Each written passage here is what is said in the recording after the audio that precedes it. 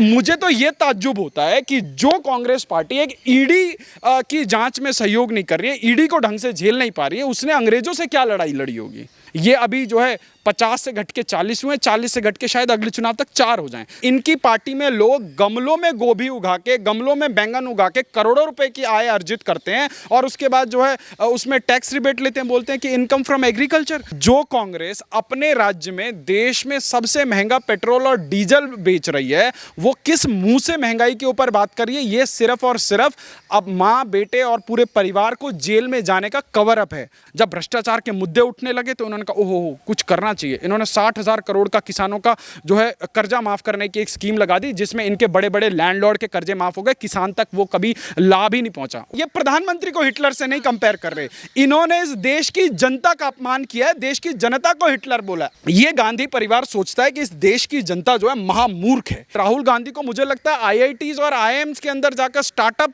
के वेंचर्स के लिए लेक्चर दे देने चाहिए। अगर आज राहुल गांधी के नाम के पीछे गांधी ना लगाओ तो राहुल गांधी भी किसी पब या बार में नौकरी कर रहे होते। इन्होंने चौकीदार चोर है का नारा लगाया और यही राहुल गांधी कोर्ट के अंदर जाके थूक के चाट किया है, माफी मांग किया है। नमस्कार, मैं शालिनी झा और आप देख रहे हैं ओ न्यूज़ हिंदी।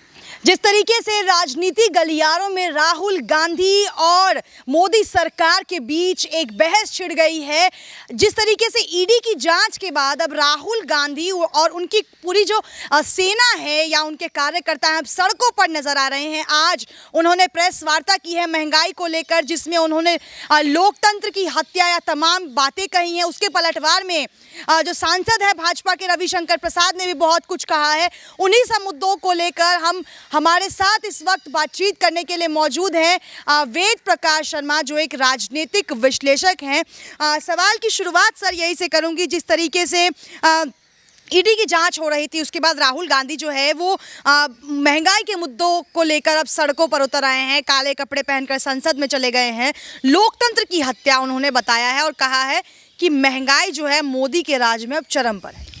देखिए, या तो राहुल गांधी को थोड़ा सा पढ़ के आना चाहिए। देश के सांसद हैं, अमेठी से हार गए तो क्या हुआ, वायनाड से सांसद हैं और जो है मुंह में सोने का चम्मच लेके पैदा हुए हैं, तो राजनीति उनको विरासत में मिली है, सत्ता विरासत में मिली है। परंतु मुझे दुख इस बात का होता है कि एक परिवार, जिस परिवार ने पूरे देश के ऊपर इतने सालों तक राज किया, आज वो मुँह खोल के कुछ भी बक देते हैं। आप बताइए, आज की डेट में भारत के अंदर अगर महंगाई की बात करूँ तो इन्फ्लेशन रेट 7.2% है और इसी कांग्रेस के राज में जहां पे एक अर्थशास्त्री प्रधानमंत्री हुआ करता था, इन्फ्लेशन 10% से ऊपर रहा था। सिलेंडर, नॉन सब्सिडाइज सिलेंडर 1200 रुपये का हुआ करता था, आज से 8 साल पहले के मैं आपको आंकड़े बता रहा हूं। और जो कांग्रेस अपने राज्य में देश में सबसे महंगा पेट्रोल और डीजल बेच रही है, वो किस मुंह से महंगाई के ऊपर बात कर रही है? ये सिर्फ और सिर्फ अब माँ बेटे और पूरे परिवार को जेल में जाने का कवर अप है। अब बात करते हैं कि जो है ये जो ईडी की कार्रवाई को राजनीतिक कार्रवाई बताई जा रही है। मैं आपके चैनल के माध्यम से जनता के संज्ञान में वो बयान लाना चाहता हूं। अधीर रंजन चौधरी इनकी पार्टी के विपक्ष के नेता हैं और उन्होंने लोकसभा में चिल्ला चिल्ला के बोला, ट्विटर के ऊपर वो वीडियो आज भी वायरल है, जिसमें वो बोला कि आप राहुल जी को जेल में भेजते क्यों नहीं हैं, आप सोनिया जी को जेल में भेजते क्यों नहीं हैं। अरे भाई, अगर कोई पॉलिटिकल वेंडेटा का केस होता तो नरेंद्र मोदी 2014 में प्रधानमंत्री बने थे, 2015 में डाल देते, 16 में डाल देते, 17 में डाल देते। परंतु नरेंद्र मोदी ने उसी लोकसभा के पटल पे बोला कि हम नीति नियत की राजनीति करते हैं और कोई पॉलिटिकल वेंडेटा नहीं है। आप बताइए, ये जांच क्या भारत सरकार ने बिठाई है? ये कोर्ट के डायरेक्टेड जांच चल रही है और उसके बाद तमाम खुलासे हो रहे हैं। आप सोचिए कैसे लोग चंद लाख रुपयों में हजारों करोड़ की प्रॉपर्टी बना लेते हैं। मुझे लगता है राहुल गांधी और इनके परिवार से बड़ा कोई अर्थशास्त्री नहीं है। इनकी पार्टी में लोग गमलों में गोभी उगा के, गमलों में बैंगन उगा के करोड़ों रुपए की आय अर्जित करते हैं और उसके बाद जो है उसमें टैक्स रिबेट लेते हैं, बोलते हैं कि इनकम फ्रॉम एग्रीकल्चर। अरे भाई, शरद पवार जैसे इनके साथी, चिदम्बरम जैसे इनके नेता, इनको तो अपने जहाँ जहाँ इनकी राज्यों में सरकारें वहाँ आके पब्लिक के साथ वो आइडिया शेयर करना चाहिए कि भैया इधर से आलू डालो, इधर से सोना, तो चलो एक जोक हो गया। परंतु चंद लाख रुपयों में हजारों करोड़ की नेशनल हेराल्ड की जो प्रॉपर्टी है वो कैसे बन गई?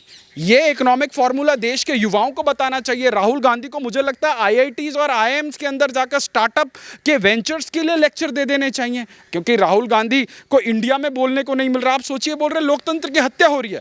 वही राहुल गांधी जिसको आज अभी थोड़ी देर पहले तक देश का पूरा मीडिया लाइव दिखा रहा है, और उसके बाद वो बोल रहे हैं मैं नरेंद्र मोदी से नहीं डरता। अरे भाई, नरेंद्र मोदी ने कुछ भी नहीं किया।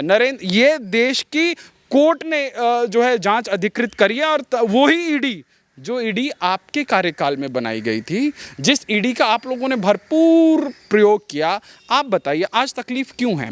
आज लाखों करोड़ों की बेनामी संपत्तियां जब्त हो रही हैं। इसका मतलब ईडी अच्छा काम कर रही है ना। अगर हम एक कंपैरिजन करें कि कांग्रेस के यूपीए 1 यूपीए 2 में ईडी ने कितनी जब्ती करी और अब एनडीए 1 एनडीए 2 में कितनी जब्ती करी, तो आपको पता लग जाएगा। अगर ये जब्तियां गलत हैं तो राहुल गांधी और जो है ये लोग जाएं। जब देश के सुप्रीम कोर्ट ने अभी जो ईडी के तमाम पावर्स के विषय के ऊपर जो है कैबिनेट में वो विषय लाया गया, फिर कोर्ट में गया, तो ये तमाम विपक्षी पार्टियों ने जाके वहाँ पर रोना धोना मचाया। मतलब आप खुले में ये बोल दीजिए ना कि हमें दबा के भ्रष्टाचार करने दीजिए। आज की एक वीडियो वायरल हो रही है, राजीव शुक्ला और पी चिदम्बरम, इनकी पार्टी के बहुत बड़े महान नेता, ये विरोध कर रहे हैं, ये महंगाई पे विरोध कर रहे हैं। ये महंगाई पे विरोध नहीं कर रहे, ये सिर्फ ये जो नकली गांधी परिवार है इसको बचाने के लिए। और जी अभी आपने ट्विटर में देखा होगा ना, कुछ कांग्रेसी नेताओं को राज्यसभा नहीं भेजा गया, तो उनका ट्वीट आया था कि हमारी तपस्या में कोई कमी रह गई होगी। तो अभी वहां आ रहा है कि भाई बाहर बारिश हो रही है, प्रदर्शन कैसे करें। मुझे तो ये ताज्जुब होता है कि जो कांग्रेस पार्टी एक ईडी की जांच में सहयोग नहीं कर रही है, ईडी को ढंग से झेल नहीं पा रही है, उसने अंग्रेजों से क्या लड़ाई लड़ी होगी। तो आज देश की जनता के सामने ये चीज़ बहुत क्लियर है, और देश के प्रधानमंत्री का जो एक वक्तव्य है कि ना खाऊंगा ना खाने दूंगा, तो जो इन्होंने सत्ता के अंदर बैठकर सत्ता का दुरुपयोग किया, सरकारी संसाधनों का इन्होंने दोहन किया, इनको देश की अदालतों में, देश की तमाम जांच एजेंसियों के सामने इनको जवाब देना पड़ेगा। आप बताइए, इनको खैरात में मिला जो गांधी सरनेम था, इसके बदौलत इन्होंने सोच लिया। आज राहुल गांधी का बयान पता है क्या आया है? राहुल गांधी का बयान आया कि चुनाव तो हिटलर जीता था।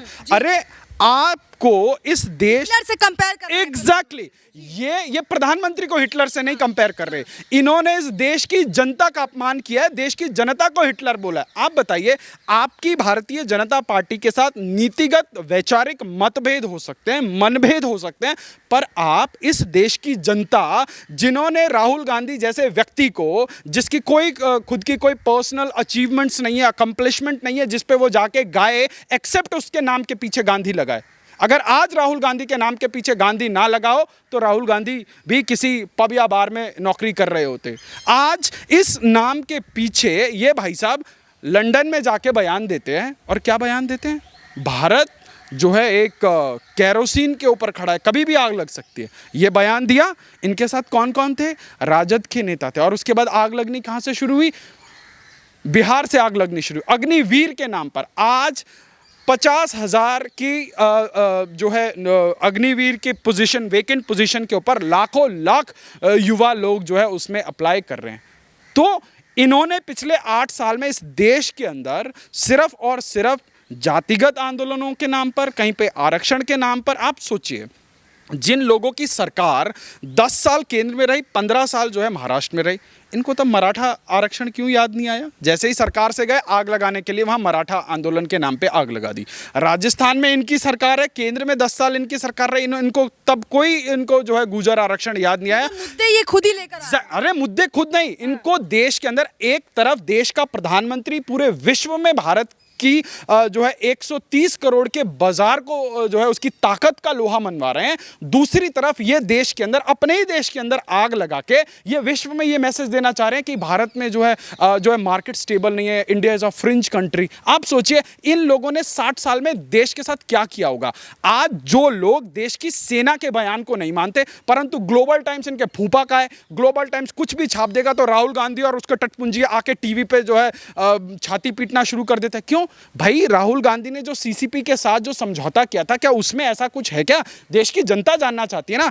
आप अमेठी में जीत नहीं सकते और आप अमेठी के बाद वायनाड जाके लड़ रहे हैं। वायनाड में भाजपा का क्या वर्चस्व है? भाजपा का शायद 2% वोट भी नहीं होगा भाजपा का, और वहां जाके कह रहे हैं हम भाजपा की जो है विचारधारा से लड़ना चाहते हैं। और पता है वहां पे विपक्ष में कौन है? वो कम्युनिस्ट पार्टी है जिसके साथ इनका गठबंधन है। आप सोचिए, ये गांधी परिवार सोचता है कि इस देश की जनता जो है महामूर्ख है, इसको कैसे भी जो है आप जो है भेड़ बकरी की तरह हाँक सकते हैं। परंतु 2014 के बाद इस देश के अंदर, इस देश की जनता के अंदर एक अभूतपूर्व जागरण आया है। इस देश को भले ही आज़ादी 1947 में मिली, परंतु एक जो मानसिक आज़ादी है वो 2014 में मिली, क्योंकि लोगों को समझ आया कि उनके ऊपर किस प्रकार से एजेंडे थोपे जा रहे थे। आज आप सोचिए, आज ये लोग देश की जनता को क्या समझते हैं? आज देश का प्रधानमंत्री कह रहा है कि हम आज़ादी का 75वां अमृत महोत्सव मना रहे हैं, हमको जो है इसको एज अ फेस्टिवल सेलिब्रेट करना चाहिए।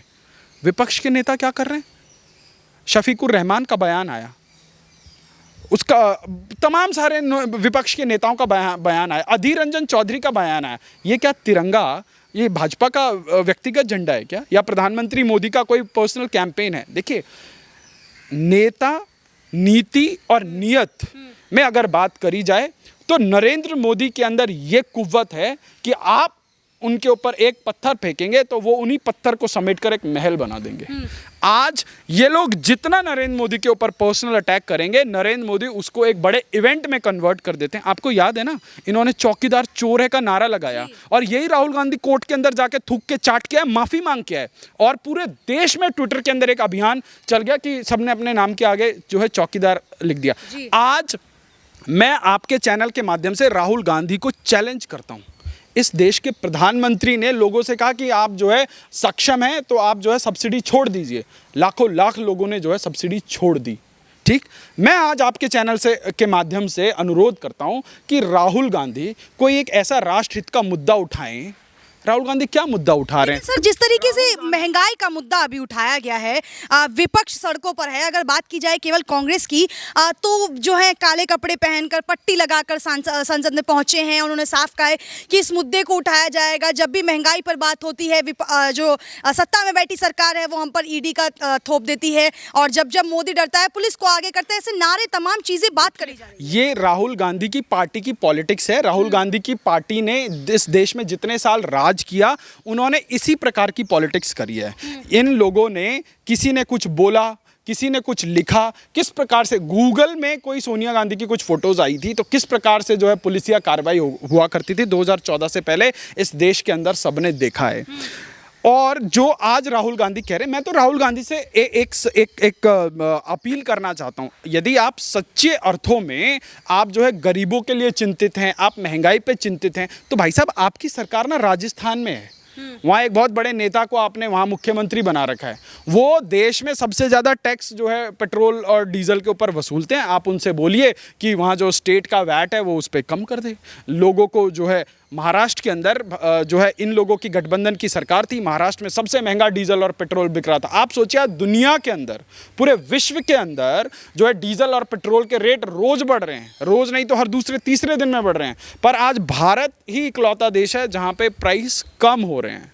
ठीक है, आज जो है मूल्य मार्केट के हिसाब से बढ़ रहे हैं, परंतु अगर आप पिछले 1 महीने का, 1.5 महीने का ट्रेंड देखेंगे, तो दुनिया के अंदर यूक्रेन और रशिया वॉर का बहाना देके दुनिया में पेट्रोल, गैस के जो रेट बढ़ रहे हैं। पर आज जैसे ही महाराष्ट्र के अंदर भाजपा गठबंधन की सरकार आती है, वहाँ पे लोगों को जो है रिलीफ दिया जाता है। ये कांग्रेस क्यों नहीं कर सकती? कांग्रेस वाले चुनाव के टाइम में आएंगे और बड़े बड़े जो है घोषणा पत्र करेंगे। इन्होंने मध्य प्रदेश में बोला हम किसानों के कर्जे माफ़ करेंगे, इन्होंने राजस्थान में बोला हम किसानों के कर्जे माफ़ करेंगे, इन्होंने हर जगह बोला, पर इन्होंने आखिर में क्या किया? इन्होंने कहीं कुछ नहीं किया। इन्होंने सिर्फ और सिर्फ देश के लोगों को ठगने। अरे अभी 2019 के चुनावों में आइए भाई साहब, बोले हम जो है साल का पता नहीं कितना 7,500 रुपये या पता नहीं ऐसे कोई इन्होंने कोई स्कीम निकाली। अरे भाई, तुम्हारी जहाँ सरकारें हैं, लोग आपके ऊपर कैसे भरोसा करेंगे? 2014 में नरेंद्र मोदी के ऊपर देश ने भरोसा क्यों किया? क्योंकि उन्होंने गुजरात को वाइब्रेंट गुजरात बना के पूरे विश्व में जो है प्रचारित कर दिया। पूरे विश्व की कंपनी जो देश में कहीं और नहीं है वो गुजरात में आना चाहती है, और उन्होंने गुजरात मॉडल जो है सक्सेसफुली लोगों को करके दिखाया और लोगों ने उनके ऊपर विश्वास किया। 2014 में 25 साल बाद इस देश के अंदर पूर्ण बहुमत की एक ऐसी सरकार आई, और 2014 में प्रधानमंत्री बनने के बाद उन्होंने एक नया ट्रेंड सेट किया कि भैया हमने अपने घोषणा पत्र में ये लिखा था, और हर साल अपने सरकार का एनिवर्सरी पे उनके तमाम मंत्री लोग चैनलों पे आकर जो है अपना रिपोर्ट कार्ड बताते थे। आपने 10 साल की कांग्रेस की सरकार में सुना कहीं उनके मंत्रियों ने, उनके प्रधानमंत्री ने कहीं अपना रिपोर्ट कार्ड दिया? नहीं दिया। 2009 तक दबा के भ्रष्टाचार किया। जब भ्रष्टाचार के मुद्दे उठने लगे तो उन्होंने कहा ओहो कुछ करना चाहिए। इन्होंने 60,000 करोड़ का किसानों का जो है कर्जा माफ करने की एक स्कीम लगा दी, जिसमें इनके बड़े बड़े लैंडलॉर्ड के कर्जे माफ हो गए, किसान तक वो कभी लाभ ही नहीं पहुंचा। उसके बाद इनकी सरकार फिर आई, फिर उन्होंने दबा के लूट मचाई। इन्होंने क्या कोल से लेकर 4G स्पेक्ट्रम से लेकर इन्होंने कॉमनवेल्थ, इन्होंने कुछ नहीं छोड़ा। आप सोचिए, चुनाव हार गए, चुनाव के नतीजे घोषित हो गए, उसके बाद भी जो है इन्होंने अपने ये जो बोलते हैं ना सूट बूट की सरकार है, ये अदानी जी अंबानी जी की सरकार है, इनको शर्म नहीं आती, इनको शर्म नहीं आती। अभी राजस्थान के अंदर इन लोगों ने जो है 2,500 एकड़ की जमीन जो है अंबानी को इन्होंने अलॉट करके दी है। उससे पहले 1 साल पहले इन्होंने उसी अडानी के साथ कई हजार करोड़ का जो है सोलर का अग्रीमेंट किया है। और कौन अडानी अंबानी कर रहा है? अरे भाई, तुम्हें अडानी अंबानी से इतनी प्रॉब्लम है तो उनको अपने राज्यों में क्यों बुला रहे हो? क्यों जो है उनको जो है तमाम रेड कारपेट बिछा के दे रहे हो? देखिए, इनको लगता है कि देश की जो जनता है ना, वो जो है भेड़ चाल है। हम आके सदन में कुछ भी बोल देंगे, हम आके टीवी चैनलों पर कुछ भी बोल देंगे तो जो है देश की जनता जो है हाँ जी जी गांधी जी जिंदाबाद करते हुए इनके पीछे चलेगी। पर अब जो है गंगा जी में बहुत पानी बह चुका है, देश के अंदर अभूतपूर्व जागरण है।